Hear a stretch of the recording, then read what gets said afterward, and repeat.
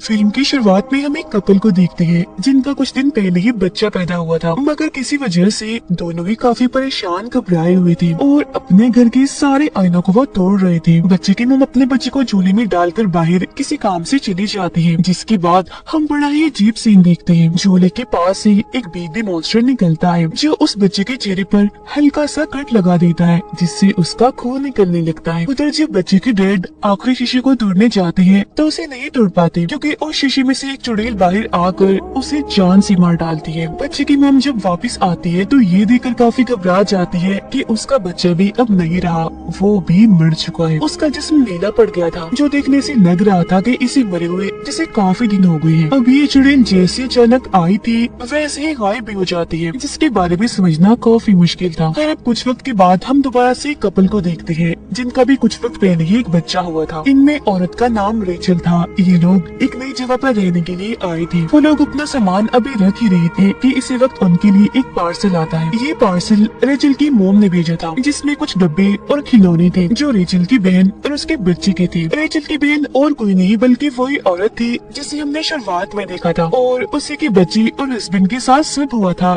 यानी चुड़ैल और बेबी मॉन्स्टर ने उन्हें मार दिया। अब उनके साथ हुआ क्या था ये तो हम जानते हैं, मगर क्यों, इस सवाल का जवाब हमें कहानी में आगे जाकर मिलेगा। सामान को देखकर रेचल खुश नहीं होती, ये सोचकर कि मेरी मॉम ने मेरे बच्चे के लिए पुराना सामान भेज दिया और उस बच्चे के खिलौने जो मर चुका है। इस पर उसका हस्बैंड कहता है जो तुम्हारी बहन के साथ हुआ वो एक हादसा था, और अब अगर हम उन चीजों को वहम न बनाए तो ही अच्छा है। इन चीजों में एक किताब भी थी जिसमें एक दूसरी जुबान में कुछ लाइन्स लिखी हुई थी, कुछ तस्वीरें थी और एक धुन भी बनी हुई थी। अब रेचल को तो ये जुबान समझ नहीं आती थी, मगर उसके हस्बैंड को थोड़ी बहुत आती थी, इसीलिए वो किताब को चेक करके बताता है कि ये जो लाइन्स और धुन है ये ललाबाई है, एक लोरी है। अब रेचल उसे गुनगुनाने लगती है, मगर एक कॉल की वजह से वो चुप हो जाती है और किताब को बंद कर देती है। अब कुछ दिन ऐसे गुजर जाते हैं। उनका बच्चा बाकी बच्चों की तरह हमेशा रोता रहता है, सोता भी नहीं है, इसलिए दोनों काफी परेशान हो गए थे। परेशान भी क्या, थक गए थे। ये सोचकर कि बच्चों को पालना आसान नहीं होता, दोनों ही अपने अपने काम से छुट्टी लेकर अपने बच्चे का ख्याल रख रहे थे। रेचल एक बिजनेसमैन थी, जबकि उसका हस्बैंड एक आर्टिस्ट होता है। आज उसकी आर्ट्स, उसकी कला की एग्जीबिशन थी, यानी उसकी नुमाइश हो रही थी, इसीलिए उसका हस्बैंड काम पर चला जाता है और रेचल अकेली उसका ख्याल रखती है। वो उसे चुप करवा कर शांत करके सुलाने की कोशिश करती है, मगर वो सोता ही नहीं। फिर जब वो उसके लिए बेडशीट निकाल रही थी तो उसे वही किताब मिलती है जिसमें वो लोरी लिखी गई थी। उसे अब जैसी रेचल गुनगुनाती है तो उसका बच्चा अब बड़ी आराम से सो जाता है। पर ठीक इसी वक्त पर हम देखते हैं कि घर की एक शीशे पर दरारें पड़ रही है, जो काफी अजीब था। रात को जब उसका हस्बैंड काम से लौटता है तो रेचल उसे बताती है कि मैंने बेबी को लैलाबाई लोरी सुनाई और वो बड़ी आराम से सो गया, जिससे वो भी काफी खुश हो जाता है। इसके बाद वो दोनों सो जाते हैं, जिनके पास में ही बेबी स्क्रीन रखी हुई थी जो उनके बच्चे के कमरे की थी। जहाँ तभी अचानक एक चुड़ैल झूले के पास से निकलकर उसके पास आने लगती है। रेचल को महसूस होने लगता है कि बच्चे के कमरे में कोई है, इसलिए वो फौरन उसके कमरे में जाती है, और वहाँ पर तो कोई भी नहीं होता। लेकिन अलमारी का दरवाजा खुला हुआ था, जिसे चेक करने पर उसके अंदर भी कुछ नहीं होता। रेचल जब बेबी स्क्रीन को देखती है तो उसे लगता है कि शायद ये खराब हो गया, इसलिए वो उसे कचरे में फेंक देती है। बाहर जब वो आ रही थी तो उसे हर जगह हलचल होती हुई महसूस होती है। वो पूरे घर को चेक करती है पर उसे कुछ भी नहीं मिलता। वो फिर जब शीशे में खुद को देख रही थी तो हम उसके पीछे चुड़ैल को भी देख पाते हैं जो उस पर नजर रख रही थी, पर रेचल उसे नहीं देख पाती। इसके अलावा उस टूटे हुए शीशे पर और भी दरारें आने लगती हैं। उसका हस्बैंड जब नहा रहा था तो रेचल उसके पास आती है, पर तभी उसे आईने में वही चुड़ैल दिखती है, जिससे वो काफी डर जाता है और उसे साइड पर धक्का देता है। इस चीज से रेचल काफी नाराज हो गई थी। इसके बाद वो जाती है नई बेबी स्क्रीन लेने के लिए, जहाँ भी उसे अचानक अंधेरा दिखता है, जिसके साथ साथ वो चुड़ैल भी जो उसे डरा रही थी, जिसे देख रेचल बहुत ही ज्यादा डर जाती है। जिसका मतलब था कि इनके घर में जरूर कोई अजीबोगरीब चीजें होना शुरू हो गई हैं, जो सिर्फ घर पर ही नहीं बल्कि बाहर भी हो रही हैं। अब वो जो चुड़ैल थी वो शीशे के अंदर से ही रेचल और उसके बच्चे पर नजर रख रही थी, और दरारें भी उस पर बढ़ती ही जा रही थी। अब रेचल को अपने बच्चे के कमरे से उसके रोने की आवाजें आने लगती है, मगर हैरत वो तो उसके पास ही था, इसीलिए घबराते हुए वो उसका कमरा चेक करने जाती है जहाँ झूले में एक और बच्चा रो रहा था। वो जैसे ही कंबल हटाती है तो वहाँ कोई बच्चा नहीं बल्कि खिलौना था। वो इन सब चीजों से काफी डर गई थी और आसपास के दरवाजे भी क्योंकि अपने आप ही खुल रहे थे बंद हो रहे थे, तो वो घर से बाहर जाकर बैठ जाती है। फिर उसका हस्बैंड जब घर आता है तो वो उसे भी बताती है कि मुझे बहुत डर लग रहा है, शायद घर के अंदर कोई है। तो अब एक रॉड लेकर अंदर जाकर वो चेक करने लगता है पर उसे भी वहाँ कोई नहीं दिखता। पर हड़बड़ी में उसका तोता अपने पिंजरे से बाहर आकर वहाँ उड़ने लगता है और गलती से वो उस तोते को मार देता है। अब ये तोता बचपन से उसके साथ था इसीलिए वो काफी दुखी हो गया था। जहाँ तभी आकर रेचल उसे संभालती है। वो उसे कहती है कि शायद इस सब में मेरी गलती है, मैं भी अपनी बहन की तरह पागल हो रही हूँ। जिस पर वो उसे समझाता है कि इसमें तुम्हारी कोई गलती नहीं है, तुम्हारी बहन तो पूरी ही पागल हो गई थी जिसने हफ्तों तक अपने बच्चे की लाश को ढक कर रखा। तुम तो उसके जैसे बिल्कुल भी नहीं हो, तो मत घबराओ। अब वो बताती है कि मुझे कोई चुड़ैल जैसी औरत दिखती है जो मुझे डराती है। जिस पर उसका हस्बैंड उसी किताब में रेचल को एक औरत दिखाता है और पूछता है कि क्या ये वो औरत है, क्योंकि ये मुझे भी दिखी थी जब मैं नहा रहा था। और ये किताब वाली औरत और कोई नहीं बल्कि वही चुड़ैल थी। दोनों ही काफी टेंशन में आ जाते हैं पर किसी तरह खुद को संभालते हुए वो ये फैसला करते हैं कि जो कुछ भी है हम इसे साथ ही झेलेंगे और मिलकर ही इसका खात्मा करेंगे। अब रात को रेचल के हस्बैंड को अपने बच्चे के रोने की आवाज बाहर से आती है, जबकि वो तो उनके साथ ही सोया हुआ था। तो वो नींद में उठ के अपने बच्चे को चुप करवाने के लिए चला जाता है और घर से बाहर उस जगह पर आ जाता है जहाँ इन्होंने किताब को फेंका था। दरअसल रोने की आवाज इसी किताब में से आ रही थी जो उन लोगों को अपने पास बुलाना चाहती थी। और अब उसका हस्बैंड किताब को लेकर वापिस आ जाता है। सुबह जब रेचल सो रही थी तो उसके पास उसका बच्चा भी था जो अचानक से ही गायब हो जाता है। बच्चे की आवाज चादर के अंदर से आ रही थी, इसीलिए वो अंदर ही अपने बच्चे को ढूंढने लगती है। जहाँ उसे अपना बच्चा मिल तो जाता है मगर मरा हुआ, जो देख वो काफी घबरा गई थी, जबकि असल में उसका बच्चा बिल्कुल ठीक था जिसे देखकर उसकी जान में जान आती है। अगले दिन उसका हस्बैंड अपने बच्चे को लेकर चला जाता है क्योंकि आज रेचल ने किसी जरूरी काम से जाना था। रेचल का हस्बैंड अब एक चर्च में जाता है जहाँ आकर उसकी मुलाकात एक प्रीस्ट से होती है, जबकि दूसरी तरफ हम रेचल को एक मेंटल हॉस्पिटल में जाता हुआ देखते हैं जहाँ उसकी बहन थी। रेचल का हस्बैंड उस प्रीस्ट को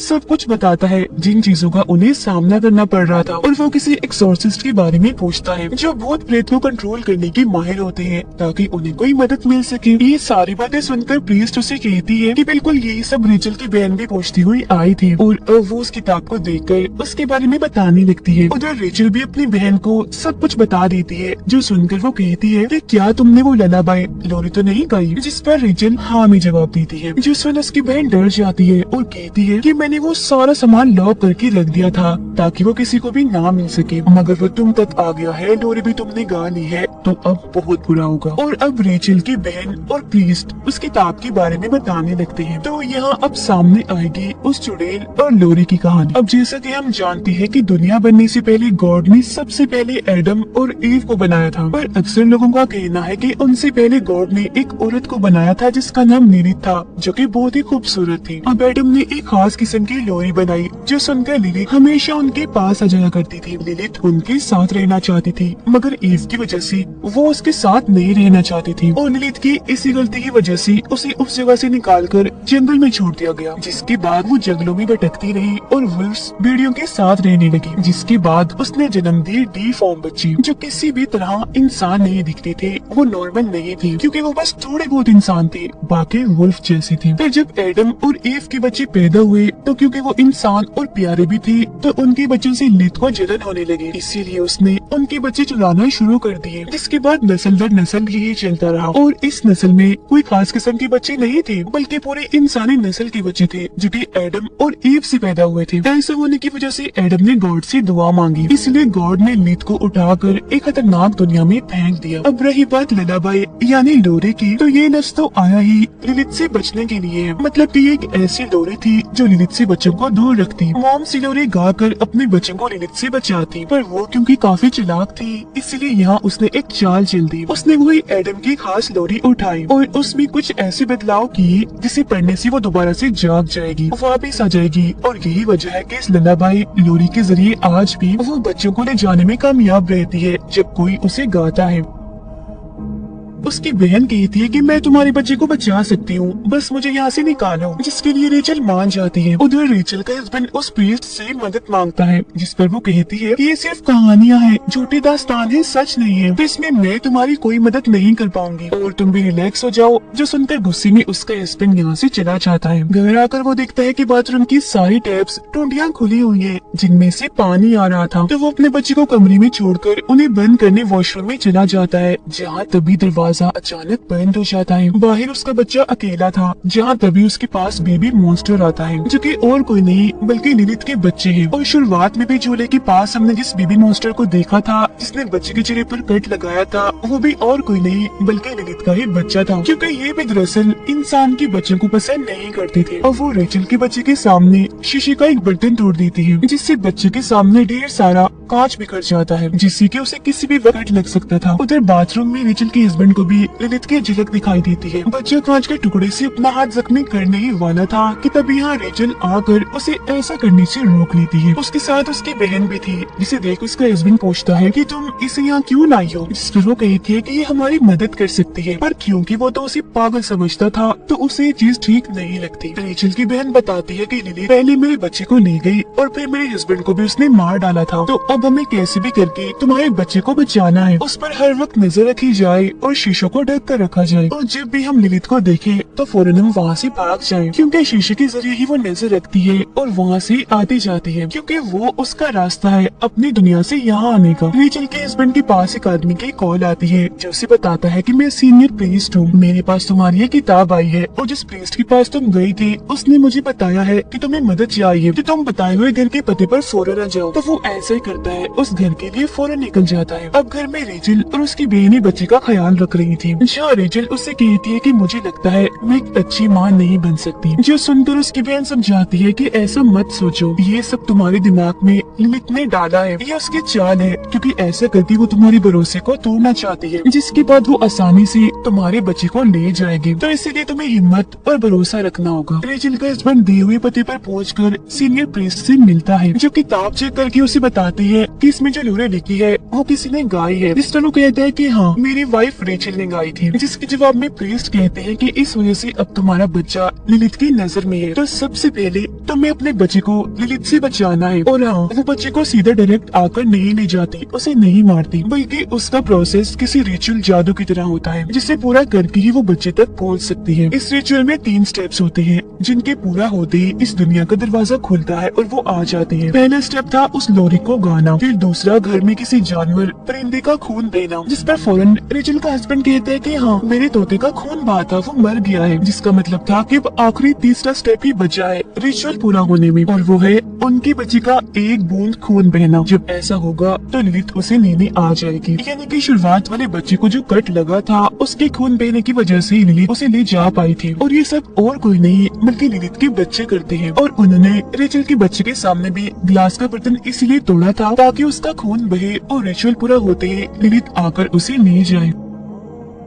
अब प्रीस्ट उसे कुछ खास किस्म की मोमबत्तियां और एक दुआ लिखकर देते हैं, साथ में ये भी कहते हैं कि तुम्हें पूरे यकीन भरोसे से इस दुआ को पढ़ना होगा, क्योंकि लिलिथ बेशक ताकतवर है पर भरोसे के आगे नहीं। इसके बाद उसका हस्बैंड वहाँ से जाने के लिए निकल जाता है, जबकि प्रीस्ट उस किताब को अपने पास ही रख लेते हैं, क्योंकि ये किताब दुनिया के लिए खतरनाक है। उधर लिलिथ के बच्चे रेचल के बच्चे के पास आ रहे थे उस पर हल्का सा कट लगाने के लिए, पर तभी रेचल की आँख खुल गई थी, तो वो बच्चे को अपनी गोद में उठा लेती है। अब तभी उसके पास रेचल की बहन आती है, कहती है तुम थोड़ा आराम कर लो, तब तक इसे मैं संभालती हूँ। लेकिन यहाँ पर हमें उसकी बहन के इरादे कुछ ठीक नहीं लग रहे थे, क्योंकि वो शीशे पर से कपड़ा हटा देती है, जो उसे नहीं करना चाहिए था। साथ ही बच्चे को सुई भी चुभाती है, जिससे उसका खून निकल जाता है, जिसके बाद वो लोरी खाने लगती है। जो सुनकर रेचल काफी हैरान हो जाती है और उससे पूछती है कि तुम ऐसा क्यों कर रही हो, जिस पर उसकी बहन बताती है कि मेरा बच्चा अभी भी जिंदा है, जो दूसरी दुनिया में लिलिथ के पास है, और मैं उसे वापस लाना चाहती हूँ। जब लिलिथ आएगी तो तुम्हारे बच्चे को ले जाकर वो मेरा बच्चा मुझे वापस लौटा देगी। और हाँ, मैंने ही वो किताब सामान में रखकर तुम्हारे पास भेजी थी। जब से तुम्हारा बच्चा पैदा हुआ था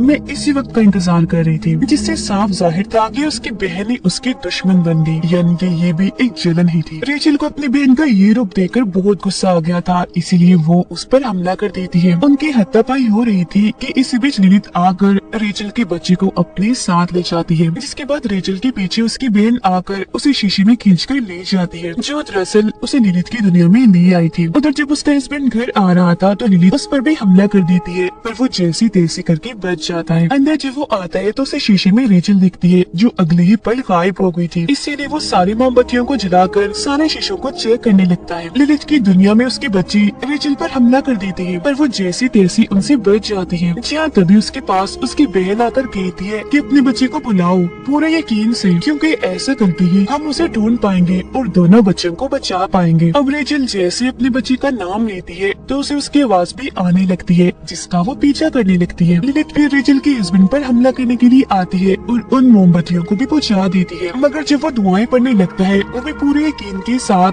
तो मोमबत्तियां दोबारा से जल जाती है, जिस वजह से लिलित वहाँ से चली जाती है। उधर रेचल एक कमरे में जाती है जहाँ उसे अपना बच्चा भी मिल जाता है, पर तभी इधर लिलित आकर उस पर हमला करके बच्चे को उससे छीन लेती है। उसकी बहन भी वहाँ आ चुकी थी, जो लिलित पर हमला करके बच्चा लेती है और रेचल के हाथ में देकर कहती है कि जल्दी करो, भाग जाओ यहाँ से। खुद वो लिलित को रोकने में लग जाती है, पर अपनी खतरनाक लोरी को सुनाकर लिलित उसे भी मार डालती है। उधर जब रेचल भाग रही थी तो सारे शीशे टूटने लगते हैं, जिनसे बचने के लिए रेचल अब और भी तेज भागने लगती है। यहाँ उसकी मदद कर रही थी उसके हस्बैंड की दुआ करने की आवाजें, और अब इससे पहले उसके घर का भी शीशा टूटता वो पहले ही उसे पार करके वापस आ जाती है। अब लिलित भी उन पर हमला करने के लिए आईने से बाहर आने लगती है, पर अब वो दोनों मिलकर एक साथ दुआ को दोहराने लगते हैं और उसे इस दुनिया में आने से रोक देते हैं। इसके बाद लगता है कि सब कुछ शांत हो गया था। ठीक था, पर ऐसा नहीं हुआ, क्योंकि रेचल की बहन ने अपने बच्चे को उसके बच्चे से बदल दिया था। मतलब कि रेचल जिस बच्चे को बचाकर लाई थी वो उसका नहीं था, बल्कि उसकी बहन का था। और जब वो बच्चा चेक करती है तो सच में उसकी बहन का ही था, जबकि उसका अपना बच्चा तो अभी भी लिलित की दुनिया में उसके पास था, जो देखकर वो बहुत ही ज्यादा दुखी हो जाती है। और अब यहाँ उसकी बहन का मकसद तो पूरा हो गया था, वो सिर्फ अपने बच्चे को ही बचाना चाहती थी, जिसका मतलब साफ था कि वो सच में ही पागल हो गई थी। बेशक खुद भी वो एक माँ थी, पर उसने इस बात का रियाज नहीं रखा कि उसकी बहन भी एक बच्चे की माँ है। इसके बाद हम देखते हैं कि रेचल का हस्बैंड उस किताब को चुराकर रेचल के पास ले आता है, क्योंकि अब ये दोनों अपने बच्चे को वापस लाने के लिए लिलित की दुनिया में जाना चाहते थे। पर अब उनका सामना सिर्फ लिलित से ही नहीं बल्कि किसी और से भी होगा, और वो थी वहाँ बनने वाली एक नई चुड़ैल, जो और कोई नहीं बल्कि रेचल की बहन थी। जी हाँ, और अब उसके पास ही रेचल का बच्चा है, जिसका मतलब था कि अब चीजें पहले से भी कई भयानक और खतरनाक होने वाली है। और बस इसी ड्राउनी एंडिंग के साथ ही ये कहानी इधर ही खत्म हो जाती है।